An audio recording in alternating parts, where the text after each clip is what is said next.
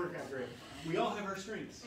Okay, Tim, we're live. Hello, Tim Arrowood here, People's Home Equity. Happy Tuesday. Yes. Happy Tuesday. And sorry you didn't get Chick-fil-A today, so John's fault. So I want to talk about a couple. Shh, don't let Ariel hear that. Hi, Ariel. So I was going to talk a couple things today. I got a list of things that some folks that were interested in. We're going to talk a little bit about appraisals. We just talked about appraisals. Don't go behind me. Rocket mortgage appraisal, $1,119. Oh my goodness.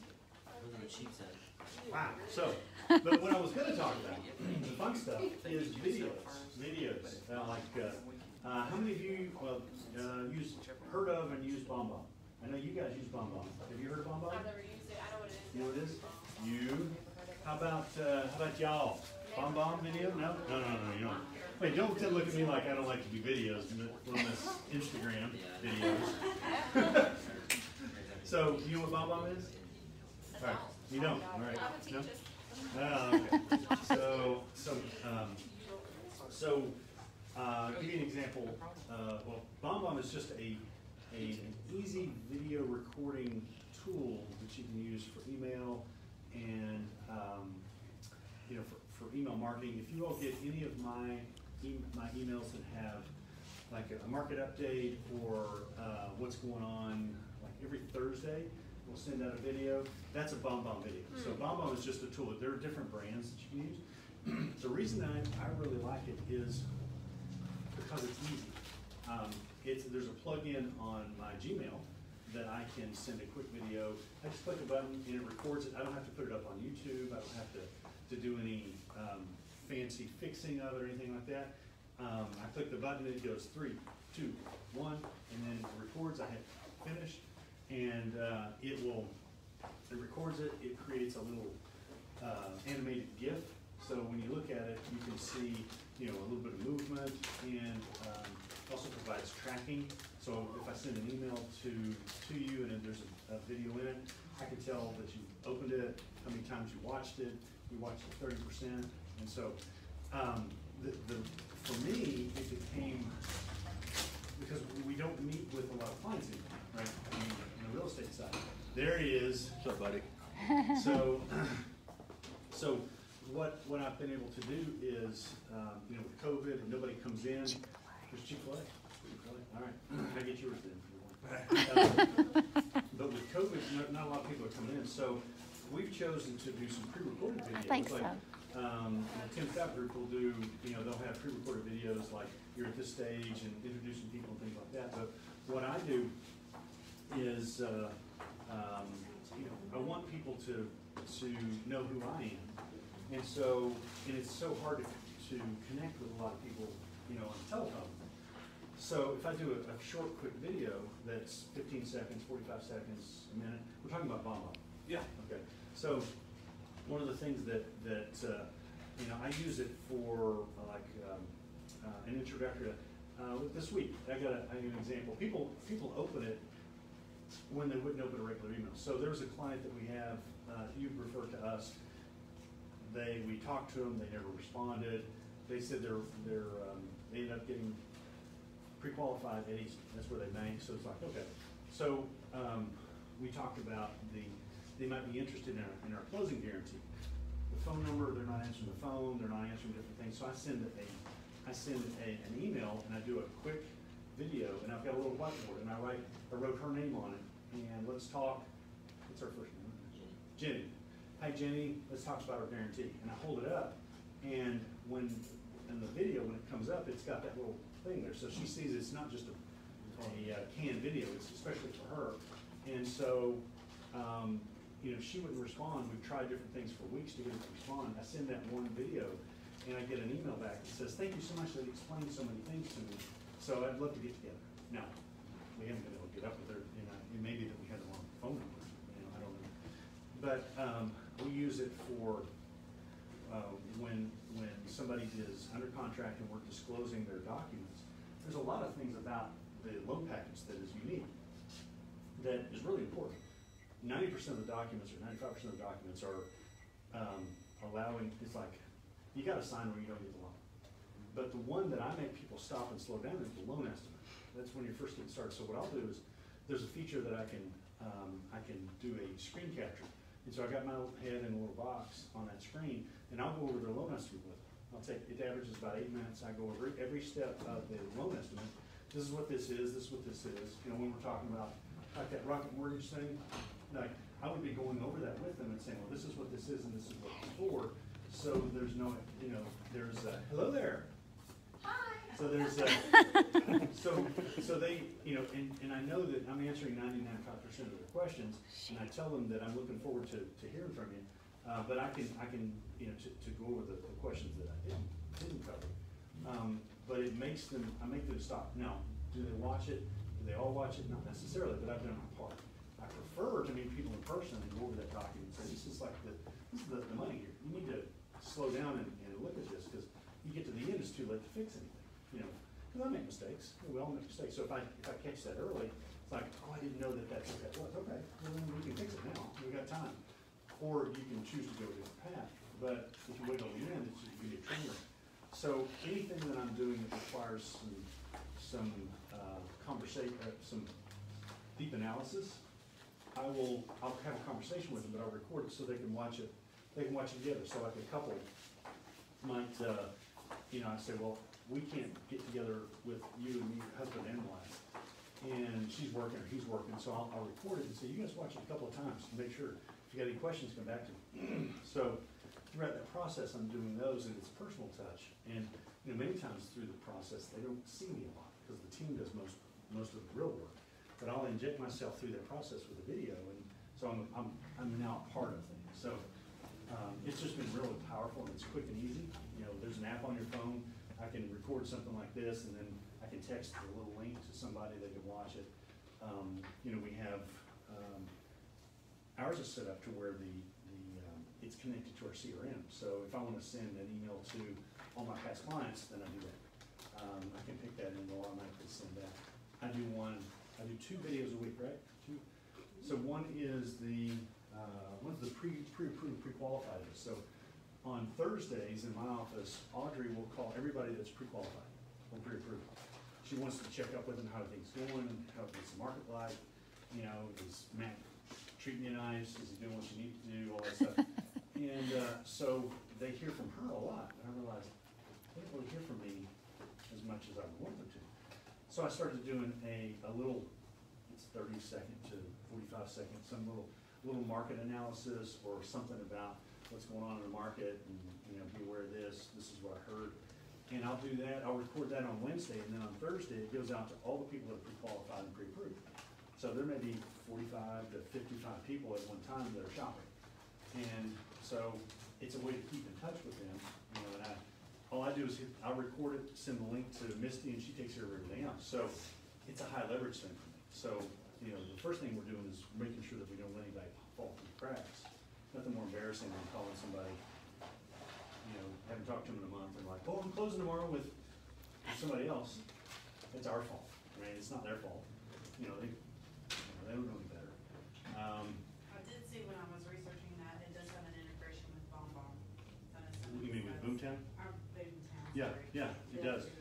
And I think we looked at that before. That yeah, there's an integration with the realtor side of Boomtown, not the. At the time, there wasn't anything on the lender side of Boomtown. I don't know, but anyway, you know, the 2 parts of the CRM. But just having that integration now, it's like, okay, I want to send something to all my past clients. I just record it, hit the button. You know, and my advice is, you know, have your little script, do it once, listen to it just enough to make sure that you got the audio, and send it. Don't even, you know, I'm like, I don't like me. It's like, well. Most people don't like to listen to them themselves talk. But that's what I am. So as long as I don't hear it, I'm all right. But you know, there's an integration to Gmail. So there's like you can be typing an email and you just hit a button and it'll bring it up. You can record a video and it embeds it right there in the email. It's really cool because it does put a little tracking on every email that you send out, so you know that they actually got it and they opened it, how many times they opened it. So you know, you're trying to figure out who was saying something about you know, you sent them an offer, are they even still alive, right? So you get that little tracking. It's a pixel, right? It's a clear pixel that they put. And so whenever they open that email, it actually gives you a notification. I can go back and say, well, I sent this video, they watched it 3 times, you know, and they've opened it, and so I could see that even the prequels sometimes when they're getting close to doing something, the activity of the prequels goes up. Now, yeah, I'm kind of a nerd that way, but there's some tools that you can use, but it's really powerful for, you know, like we talked about the other day. You said, you know, you want to be in front of people, but you're not talking to everybody. So if you record certain videos that hit through the thing, then you're now a part of that, and you just high leverage. So I think it's real. I think it's like $50 a month. And here's the Essentials is $19 a month. BombBomb Plus is $49 a month, and yeah, free demo and some other stuff. So I don't sell it, but it's one of the, you know, I don't know how I would do our business, like going through COVID, because nobody come in. You know, it's like, I got to connect with people. So it was, you know, I need every edge I can to differentiate myself from Rocket Mortgage or whoever it happened to be. So I think it's well worth it. Now, how do you all use BombBomb? It's pre-recorded stuff that we send through folks along the process. Different milestones? Okay. That's something that we wanna start doing. We've got some of those. The stuff that I do, because I don't mind to do it, but the processing folks generally aren't as excited about being in front of the camera. So, but you know what I need to do is, like, I record one that introduces everybody else. So I could see me, and I haven't done this yet, but I could see me just huffing and puffing up the steps to where they are and say, hey, these are the folks that are going to be doing your doing the heavy lifting on your work. Whatever they say they need, you need to get to, right? Because I'm a nice guy, but they're the ones that are going to get this done for you. You know, kind of make a joke of it. They know the people. And now when Megan calls or Joel calls, then like, oh, I remember that. Yeah, I know who you are. I saw a picture of you. And, you know, they know what the office is like. You know, things like that to be a little bit more personal. So I think it's, I don't know, that's some of the best. I spend a lot of money on things that don't have the payback that this does, $50 a month to do that. It's well worth it. So my challenge to you is to sign up for, there's a free 14-day, free 14 to BombBomb.com. Sign up for it and play around with it. I think it'd be well worth it. So, especially, I'm thinking about, you guys are dealing with people moving in from out of state. They don't know who you are. They haven't connected with you yet. You know, and if you're doing something, you know, you just get a lead. You know, and you get their email address. You know, you get it's like an $8 dry erase board. Hey, Joe and Sandy. You know, we're excited to be working with you. You know, and it takes you 30 seconds, send it to them. Like, oh, you know, they get you to see your face, and you know, maybe that's good, maybe that's not good. It just depends on who's. Well, and I'm sitting here thinking too, even for prospecting, because like sometimes we get a placer lead, it comes to the office email, and the only thing we have is their email. Now, sometimes it's nice if we have their email, a phone number, and properties they viewed. Yeah. But sometimes it's just an email. And so like whoever's next in line to get that placer lead, that would be a great, I mean, how many people out there that is a lead would get an email, think about it, with your face and voice that says, hey, you know, I see you're looking, you know, I'd be glad to help you find what you're looking for. I mean, can you imagine how that would set us apart? And I think, you know, one of the best practices, and I started doing this a little bit ago, but using that little whiteboard, because they don't, many times when you get one of those, you think, well, this is just a canned thing, it's not for me. But if you've got actually written their name down, you know, or, you know, if you get their emails like, hey, Pink Lady 37, you know, because you don't know at Gmail, so you don't know what their name is, but, you know, they can see that somebody's actually looked at it, and it's kind of funny. Right. Or, hey, Pink Lady. Pink Lady. Whatever that happens to be, and you know, introduce yourself. You know, this is what we do here. You know, you got your elevator pitch, it's 30 seconds, and you know, we're ready to do whatever's next. And then, you know, it's a little, you could just record one and just use the bunch, but it's so easy. easy. That's one of the things that I really like about it, is because we tried it before where, okay, we want to record a video, so I'm recording on my phone, I upload it to YouTube, and then I want to go, because I want to have a picture on the email that says click here, because I want them, if you just put a little link, you know, it's not as exciting. So I do a snip of the screen for YouTube, and it's got the little play button. Okay, so I gotta snip that, I gotta put it in the email, and then I gotta click on the picture, and I gotta add a link to the picture, and all that stuff is just taking way too much time, and so you just don't do it. So this one, being able to, it does it all for you. And if I guess I could pull up, if you're interested, I could just pull up my account and show you on the screen how we do it. But it's really just a red button. You hit the red button, and it records whatever you want. And again, it does 3, 2, 1, and then you're live. Then you can rewatch it. And, One thing that's helpful too is you can create templates. So like you can use like one template, and you know, you can make little tweaks to it, drop in a different video, drop in a different, you know, I don't know, a new cover or something like that. And like with his, when I send them out, I make sure that it has like all his information at the bottom, so that, you know, if somebody needs that for reference, our phone number, our website, everything's right there, even if they don't watch the video. But, you know, and even if you just have one video, you could copy, if you wanted to make sure that you're tracking it, you could copy that and then send it out totally separate and track it for each time that you send it. So there's a lot of capabilities in there. And one of the things that we do is, like, I'll record in BombBomb, but you can download the raw file. So we're starting to build our YouTube account. So instead of recording it separate, and then, so we can just download it and then upload it to YouTube. But we can also, you can upload that original file to Facebook and Instagram, and so Just put on everything. so that's the thing. Yes. You know, so the BombBomb allows you to do the recording really easily, but then you can download the raw video file, and you can put wherever you want. You know, we tried just putting in the link in Facebook. Facebook prefers to have something that's native to Facebook, so we just do that. And then we've got, you know, Instagram is going to be the same way, and actually we're doing probably doing the same thing, uploading the raw video file to LinkedIn too. We started doing some stuff on LinkedIn, right? So, you know, it is, there's not real video editing capabilities with it, but you don't really need it. I mean, just doing it and having it personalized, and so I think it's well worth the try anyway for a season. And you know, I thought of something that would be helpful.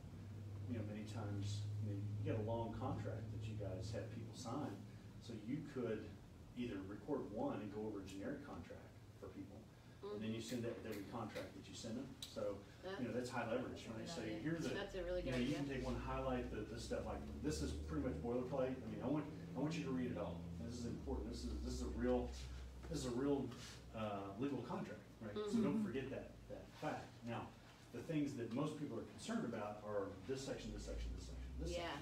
So I'm going to go over those with you. But whatever you do, I want you to read the whole thing.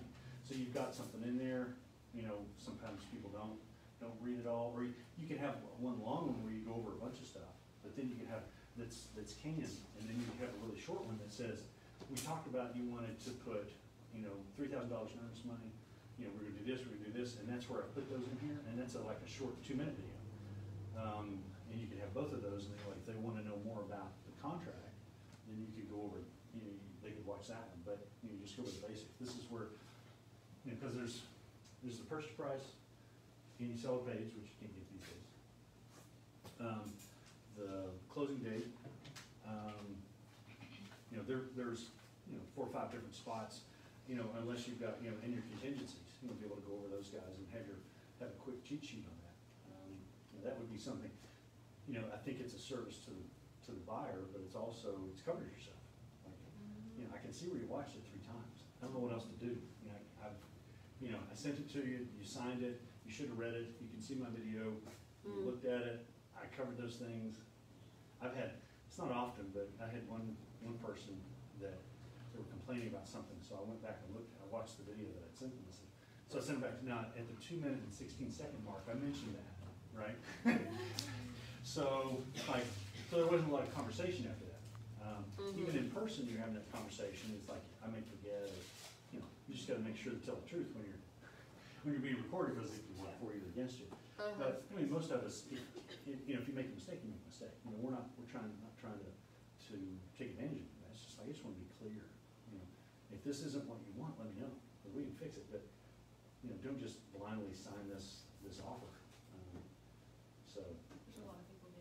Yeah, Well, like, yeah, it's Get scary. it back in like 10 I seconds. just said that to you, I know like you 30 did. seconds ago, they're like, oh, God, it's like, Well, because I the could have beauty- asked for the You blood know, of the your beauty of first. DocuSign is that you can sign a thing in 10 seconds.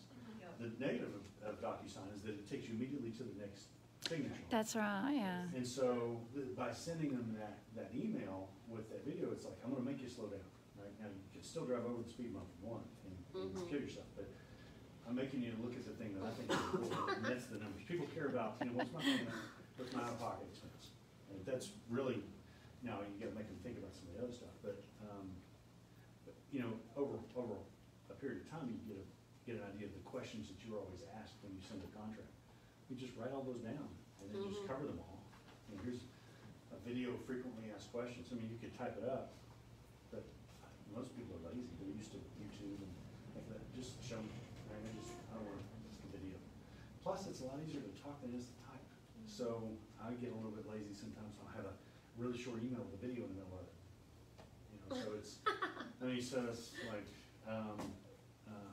but I think it's, you know, for out-of-state buyers, even people local, covering yourself, you know, that's just during the contract, but then, you know, prior to and after, you know, for me doing my, you know, to our database of past clients, you know, we'll, you know, send out certain things and we'll talk about a different topic or whatever that would happen to be. I've got, just doing more and more videos, so I think it's the future and stuff. So, does that make sense?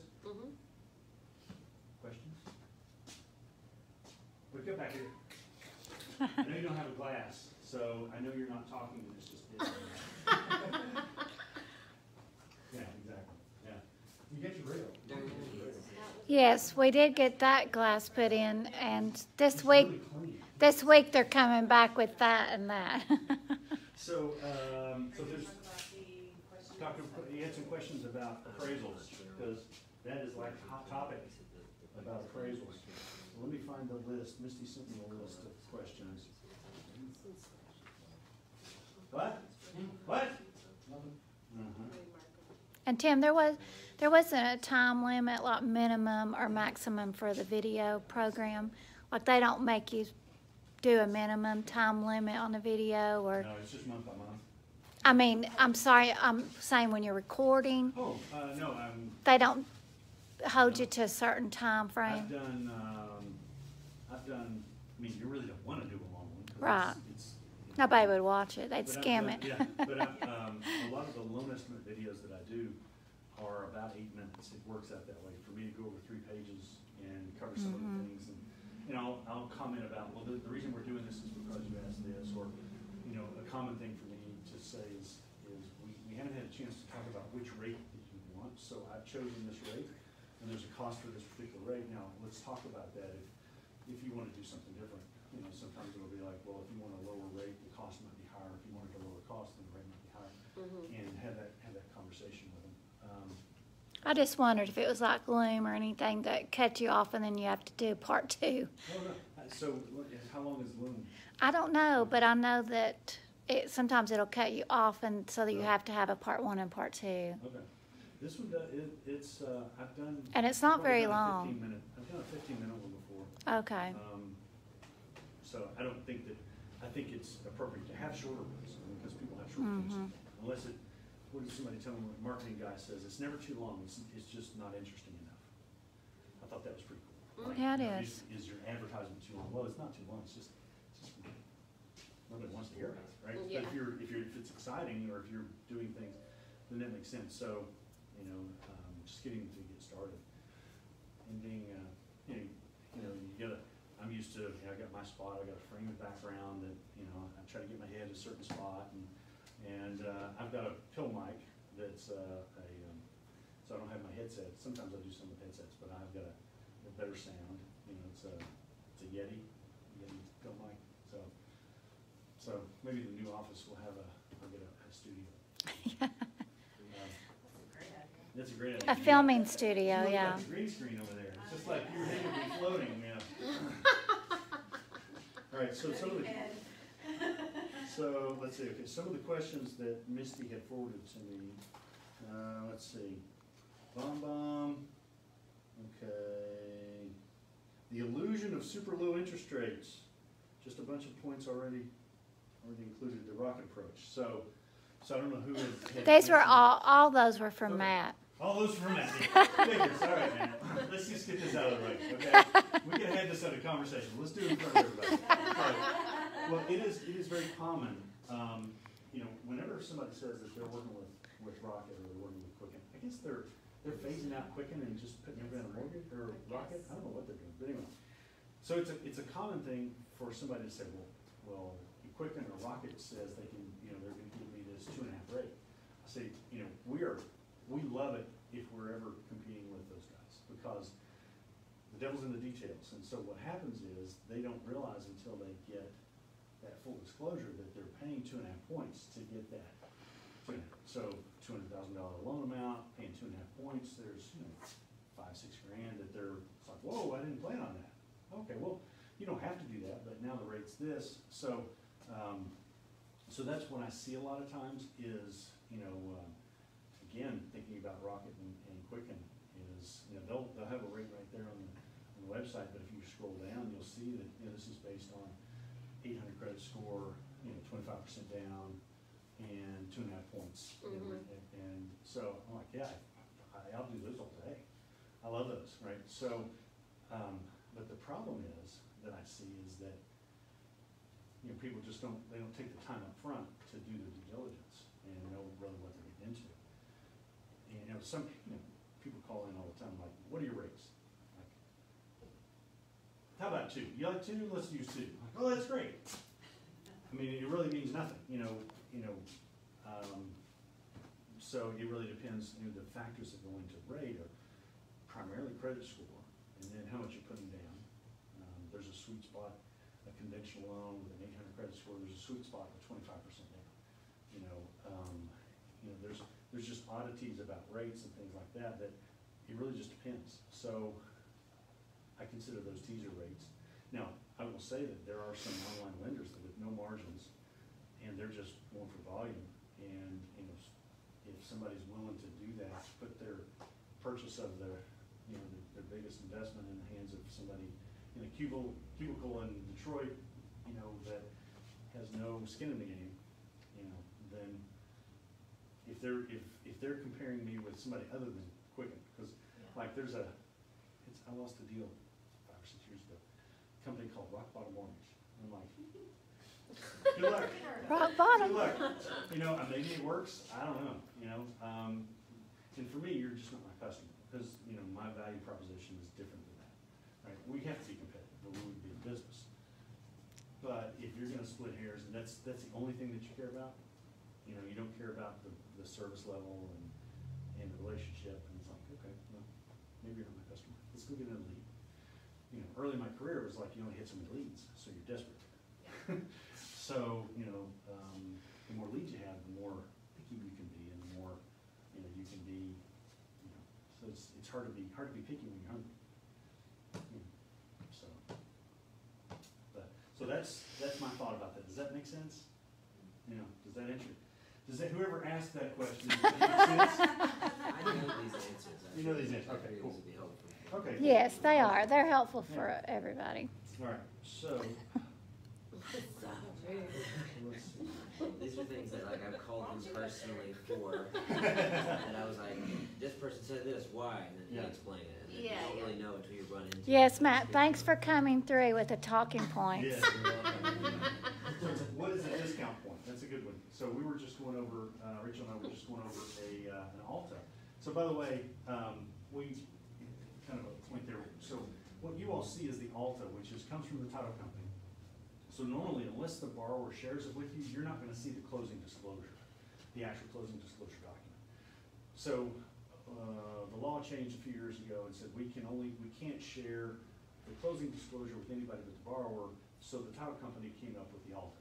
So it's all that information, but we've stripped out maybe their interest rate and some of the other things, because that's not private. So I was having difficulty helping her look at one because I'm used to looking at the closing disclosure. I know everything's out of the closing disclosure. I have no need to look at an ALTA because it's the same stuff, just kind of moved into different spots, and it didn't make sense to me. But what I realized is that, looking at that, there's, what do we call this? What do we call that? So there's an origination fee.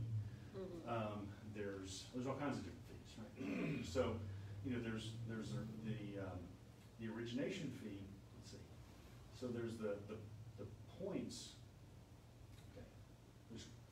There is. Let me see that.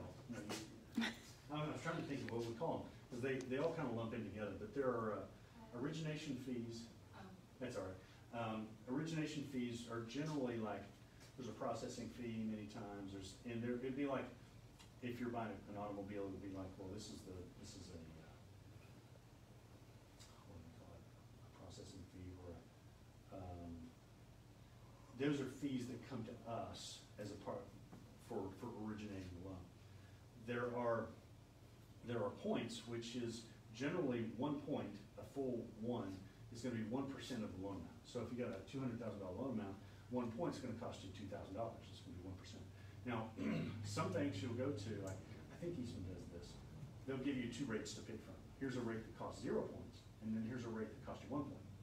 And so, and I don't know how. I guess they've just chosen to keep it simple for the borrower. So they'll just say it's just going to be 1 point or 1%.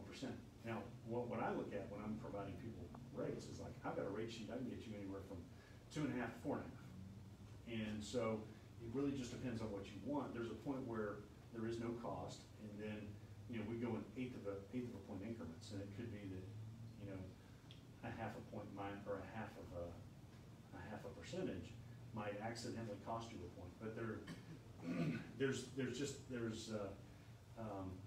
what we're doing is we're prepaying interest is really what a point is. We're prepaying interest so that how can I put this? You got to understand something before you can teach it. So we as the bank, the way the rates are laid out, they're anticipating that there's a place where you're probably going to stay in the house 5 to 7 years. Now, if you're going to buy points down, so if I want to, my regular at buying no points is 3.5%, but I could pay a point and get 3%. Well, the way I describe it to a client is that why would you not want it on your mortgage? Well, if that $10 a month savings cost you $100, then I just do the simple math and say I'm taking 100 even, and then after that I'm going to save $10 a month. Well, if that $10 a month savings costs you $1,000, it's going to be 100 months. I'm probably not going to take that bet, right? So what I'll do is I'll ask people borrowers in the beginning, how long do you plan to stay in the house? Well, Eastman's going to move me in 2 years, and that's just kind of a stopping point. Okay, so I wouldn't buy any points because you're going to spread the cost of that points over only 2 years. So I would minimize any closing costs at all, even if the rate is quite a bit higher, because you can do some simple math and figure out it just doesn't make sense. But if they say, well, they're taking me out of here in a box, right? I'm never leaving here. I'm going to do a 30-year loan. I'm going to stay here. Now, people have good intentions. They don't stay that long. But I would look at, well, if it takes me 3 years, 4 years, 5 years to break even. So I'm just trying to be educate them on what's going on. I mean, people come, I want the absolute lowest rate. And I'll try to educate them. They're like, I want the lowest rate. Okay, right? You probably shouldn't eat fried food all the time, but you keep coming in and I'll keep feeding it to you. So I'm trying to, get them aside and say, no, buddy, you shouldn't eat all that fried food. But they still want it, so you keep. So I would give them what they ask for, but that's going to be what a point or a point is going to consist of. Does that make sense? She Sorry. All right. What can a buyer do to rush an appraisal? Pay more money. And that's the only thing that I've come up with. Now, I will tell you, I have been, the last month has been nothing but, well, me getting back on my feet, but a lot of issues with appraisals, getting stuff done quickly. And so I don't have a solution, but I'm committed.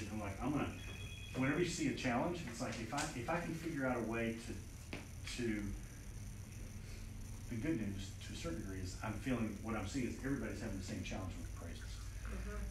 So you can either sit back and say, well, that's just the way it is. Or if I can figure out a way to make this thing work, then turn the kryptonite into a superpower. Like, that's my goal. So I've talked to everybody up and down the chain. Man, what is it going to take to be able to have a reliable timeline for to get appraisals done? And I think that I found the nugget, and I'm working on it. It will be a couple weeks before I know exactly what's going on. But my hope is that we have great service. We got great rates, and then if we're all the same level with appraisals, then there's no differentiation. But if I can figure out a way to make that work, is it throwing more money at it? Honestly, I hate for somebody to spend $200 more on an appraisal, but if that's the only thing keeping us from closing on time, everything else is good, that's nothing. I mean, I'd rather just.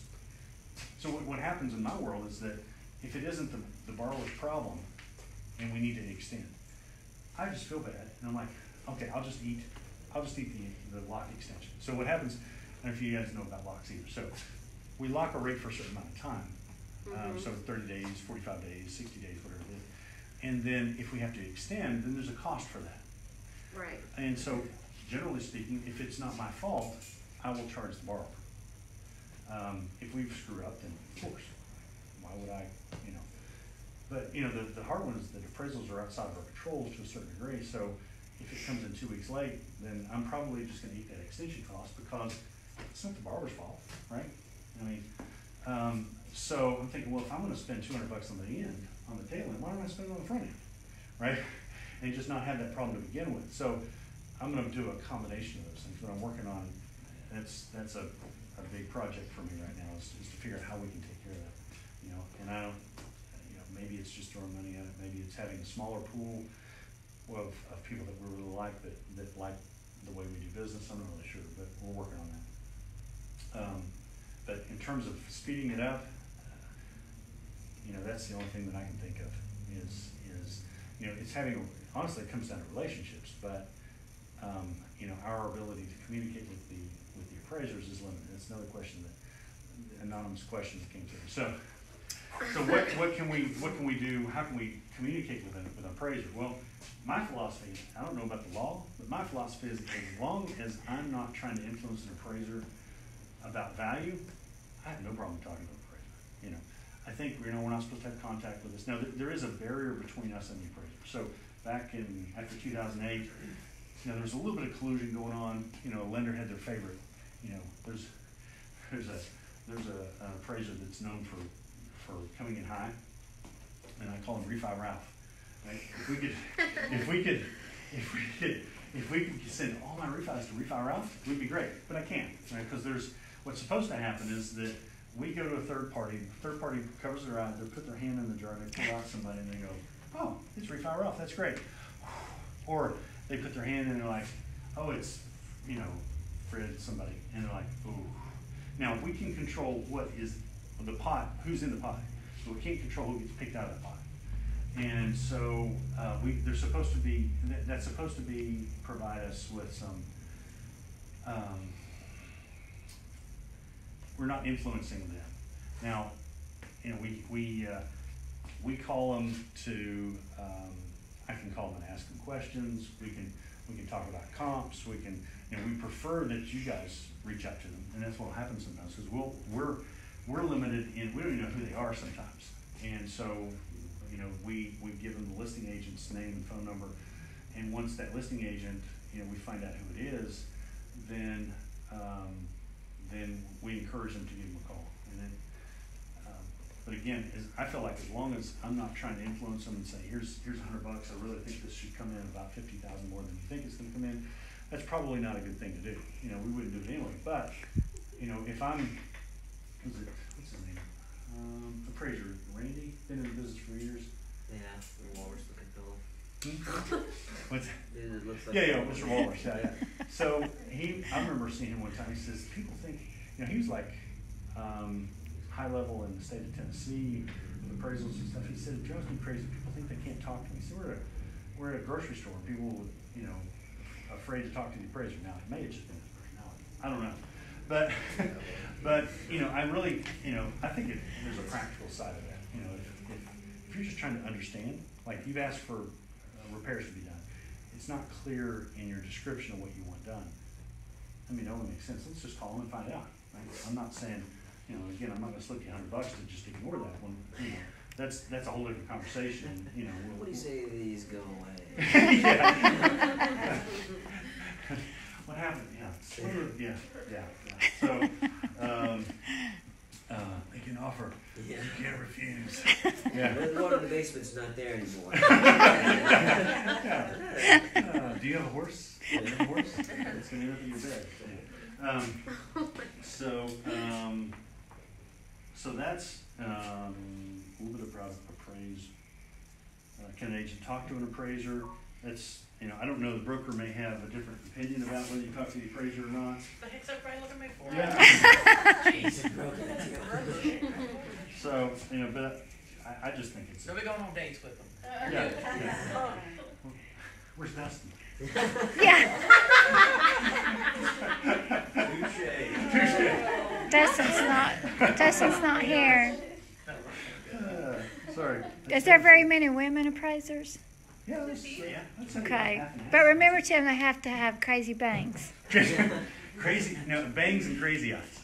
Bangs and crazy Bangs and eyes. crazy. Well, I mean, How does everybody know it doesn't And, He's very open about he's very open about it. That's what exactly. and actually, they have to have a certain first name, but we won't go there. Okay, I won't tell my story. Okay, so what happens when an appraisal is low? What are the options? So there's a little different. There's a VA appraisal when there's typically what happens is when we have somebody. Oh, Tim, can you hand me that mail?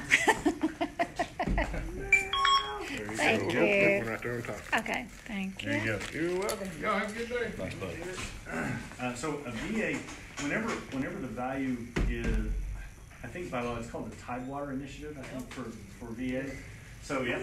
So when the appraiser sees that the value that they're coming up with is less than what is on contract, they'll reach out to to the lender and say, look, I'm going to give you a certain amount of time to come up with comps because I can't find comps for this. And so that's when we scurry around and say, hey, we don't know anything about comps. What do you think about comps? Can you help me get some comps on this? Talk to the listing agent because they came up with some sort of value. How did they get that? And so we get that back to them, and sometimes it works, sometimes it doesn't. More than likely, it probably doesn't. But that for a VA loan is there's a very specific process that you go through for that. For all the other types of loans, they won't tell us. They won't say, here, just a little heads up, I'll give you a couple of days to give me some comps. They'll just give you appraisal and it comes in low. Now, we have the ability to challenge that. We have to put together the comps and go back to them and say, would you please look at this? Maybe you missed some things, you idiot. You know, we'd be nice if you would be able to look at these things. It's rare that you get them to change anything. You know, I've seen appraisals that, you know, they're just a clerical mistake and they're embarrassed, or I don't know why they're so opposed to changing them. Maybe they're graded. I don't really know what's going on with appraisals, but they don't like to be wrong. And an appraisal is an opinion of value. So, and then a little distinction between an appraisal for a purchase and appraisal for refinance, because we're running into that a lot. You know, with a purchase, we give a copy of the contract to the appraiser, so they know what the target is. Early in my career, I thought, well, that seems like not right, you know, because we're giving them a target. Well, over time, I realized, well, the market is the buyer. I mean, they're a part of the market, so they should have an influence on it. Now, the way I envision this is that the appraiser comes up with an opinion value that's between 220 and 235, right? It could be anywhere in there, but the buyer came in at 235. I can do that, right? I can justify that. So it came in. Now with an appraisal on a refinance, there's no target amount. So depending on how conservative or not conservative the appraiser is, they may say, well, it's between same house, it's between 220 and 235. I'm just gonna split the difference. I'll go, 228. And so it's like, oh, we thought it would go for more. Well, if you were selling it, it may, unless you get refi Ralph. He's like, but those are, but it is, it's a common thing. It'll last a little bit. I've had a few appraisals come back low. Well, I don't know whether they're low or not, but the borrower says, well, so-and-so next door just sold their house for this, and I got a buddy that's in real estate, and they said my house should be worth this, but it comes in 10% less, and they're frustrated, which I understand, but that's probably the reason, is because there wasn't the comps weren't there, or they didn't realize that the neighbor had built out the entire basement, or whatever would happen to these. Can you challenge those appraisals? Yeah, you can challenge them. It's rare that you get anywhere. Right, yeah. I did one this summer that we felt like it was just a really bad appraisal, and we could tell the appraiser was not really open to considering anything else. So I said, we're in no hurry. This is just a refinance. So let's just cancel the deal. I'll buy that appraisal, and let's just wait for a few days, and we'll order another appraisal from somebody else. Came in right where we wanted, right? Second appraisal. So it's unfortunate, but it is an opinion value. So it's By the way, Dustin did a great agent class last month on comps. And it was really good how he does it. It's really good. Cool. If y'all haven't watched that yet, if you weren't here. So, is there anything else? Anything about appraisals that I didn't?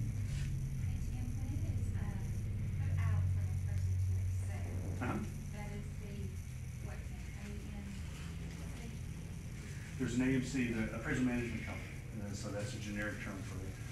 Different people do it different ways. I've seen it done where they would go out they'd have a pool, and they would go out and they would offer it to the first person randomly, and then if they didn't pick it up, then they would offer it to the second person randomly, third person, and that's a linear approach. And then some will do a shotgun, and they'll just say, okay, anybody interested in this? And they're like, I'll take it, right? That is the one I prefer, and that's where I'm headed. Right now I'm in the linear thing. Now, one of the things we run into is, the big challenge is, people have had 15 minutes to look at a house, they've made an offer on the house, they think they want it, but they haven't even seen it very long, so they don't want to buy an appraisal on a house they don't want.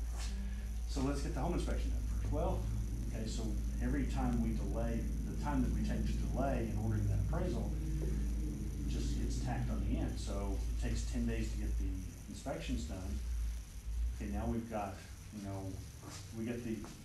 they got under contract on Friday. We didn't get the contract on Monday, so we lost 3 days, so they've got a 30-day contract. And then, we get them started getting listings going, but then how long do we need to wait 10 days? So now that's the end of the next week, and then we're ordering the appraisal. And so it's always a dance to figure out, how quickly can we order the appraisal? We want to order it as soon as we can. We had one the other day. It was like, was it Matt? We had, who was it? Anyway, it didn't matter the names, but it's like, they want to get in this place quick. So the very day we got the contract, ordered that appraisal. I threw some money in it. Let's get a rush. Let's get it back in less than 2 weeks. And then the day we got it, back, the day she went out to do the inspection, she meaning the appraiser, is the day we got the kibosh on the deal. So because the appraiser hadn't gone